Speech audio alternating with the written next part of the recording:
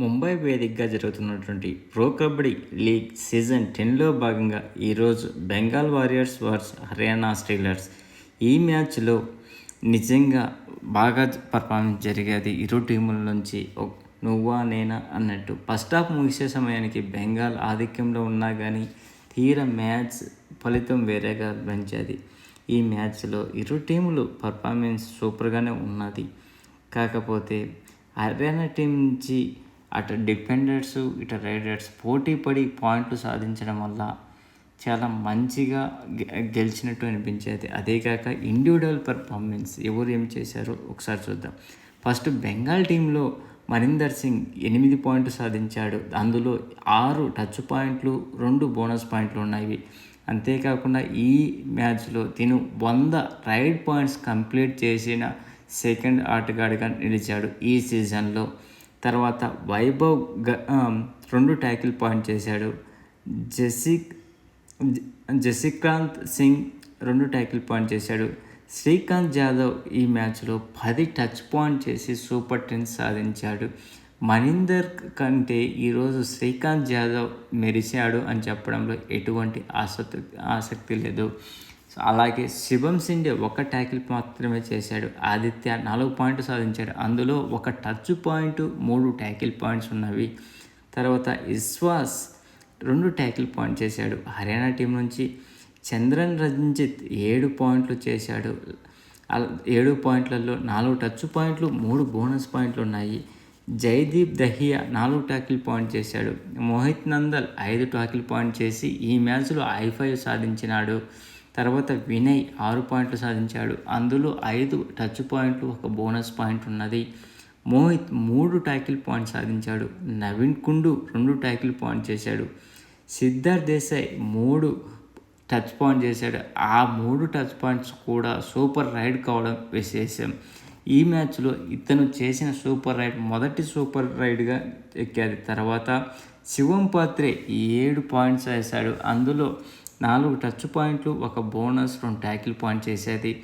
ఈ 4 టచ్ పాయింట్లు, 1 super ride ఉంది ఈ మ్యాచ్లో. నిజంగా హర్యానా టీం నుంచి అట్లా డిఫెండర్లు, రైడర్లు ఇద్దరు నువ్వా నేనా పర్ఫార్మెన్స్ చేశాడు. ఎక్కువ సూపర్ ట్యాకిల్స్లో వీళ్ళ పర్ఫార్మెన్స్ ఔరా అనిపించే విధంగా ఉంది. చాలా బాగా పర్ఫార్మెన్స్ ఇచ్చారు. అంతే ఇప్పుడు మనము చూసింది ఇండివిజువల్ పర్ఫార్మెన్స్. ఒకసారి మనము టీం వైజ్ పర్ఫార్మెన్స్ ఎలా చేశారో ఈ మ్యాచ్లో చూద్దాము.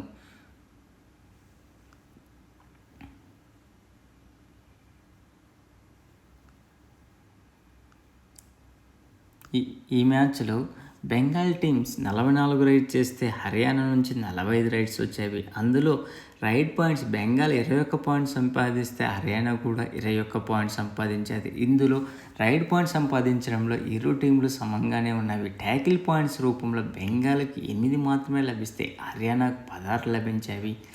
నిజంగా ఇక్కడ ట్యాకిల్ పాయింట్సే హర్యానా ఒక రకంగా గెలిపించింది అని చెప్పడంలో ఎటువంటి ఆసక్తి ఇది లేదు. అలాగే ఆల్అవుట్ పాయింట్స్ రూపంలో ఇరు టీములు ఒకసారి ఆల్అవుట్ అయ్యేది కాబట్టి ఇరు టీములకు 2 పాయింట్లు లభించేవి. ఎక్స్ట్రా పాయింట్స్ రూపంలో బెంగాల్కు 4 లభిస్తే హర్యానాకు 2 లభించేవి.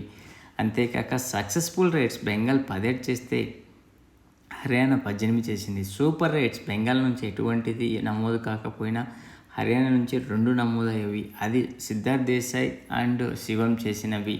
తర్వాత టోటల్ టాకిల్స్ 24 అటెంప్ట్ చేస్తే బెంగాల్ హర్యానా 30 అటెంప్ట్ చేసింది. అందులో సక్సెస్ఫుల్ టాకిల్స్ హర్యానా నుంచి 11 లభించేవి. అలాగే బెంగాల్ నుంచి 8 చేశాయి. సూపర్ టాకిల్స్ ఈ మ్యాచ్లో హర్యానా 5 సూపర్ టాకిల్ చేసేది. ఇది నిజంగా అసలు హైలైట్ అని చెప్పడంలో చాలా ఈ 5 సూపర్ టాకిల్స్ వల్లే ఈరోజు హర్యానా గెలిచింది అని చెప్పడం నిజంగా గ్రేట్ అనిపించుకోవాలి వాళ్ళ టీమ్స్ ఎఫెక్ట్స్ ఇరు టీంల నుంచి. తర్వాత ఈ మ్యాచ్ గెలపడం వల్ల ఏ టీం ఏ పాయింట్ పట్టికలో ఎలా ఉందో ఒకసారి చూద్దాం. ఫస్ట్ ప్లేస్ పునేరి పల్టన్ 10 మ్యాచ్లకు గాను 9 గెలిచి 1 ఓడి 46 పాయింట్లతో ఫస్ట్ ప్లేస్లో ఉంటే, గుజరాత్ గెయిన్స్ 11 మ్యాచ్లకు గాను 7 గెలిచి 4 ఓడిపోయి 39 పాయింట్లతో సెకండ్ ప్లేస్లో ఉంది. జైపూర్ పింక్ ప్యాంథర్స్ 10 మ్యాచ్లకు గాను 6 గెలిచి 2 ఓడిపోయి 2 టైతో 38 పాయింట్లతో థర్డ్ ప్లేస్లో ఉంది. దబాంగ్ ఢిల్లీ 10 మ్యాచ్లకు గాను 6 గెలిచి 3 ఓడిపోయి 1 గెలిచి 1 టైతో 35 పాయింట్లతో ఫోర్త్ ప్లేస్లో ఉంది. యూ ముంబా 9 మ్యాచ్లకు గాను 6 గెలిచి 3 ఓడిపోయి 31 పాయింట్లతో ఫిఫ్త్ ప్లేస్లో ఉంది.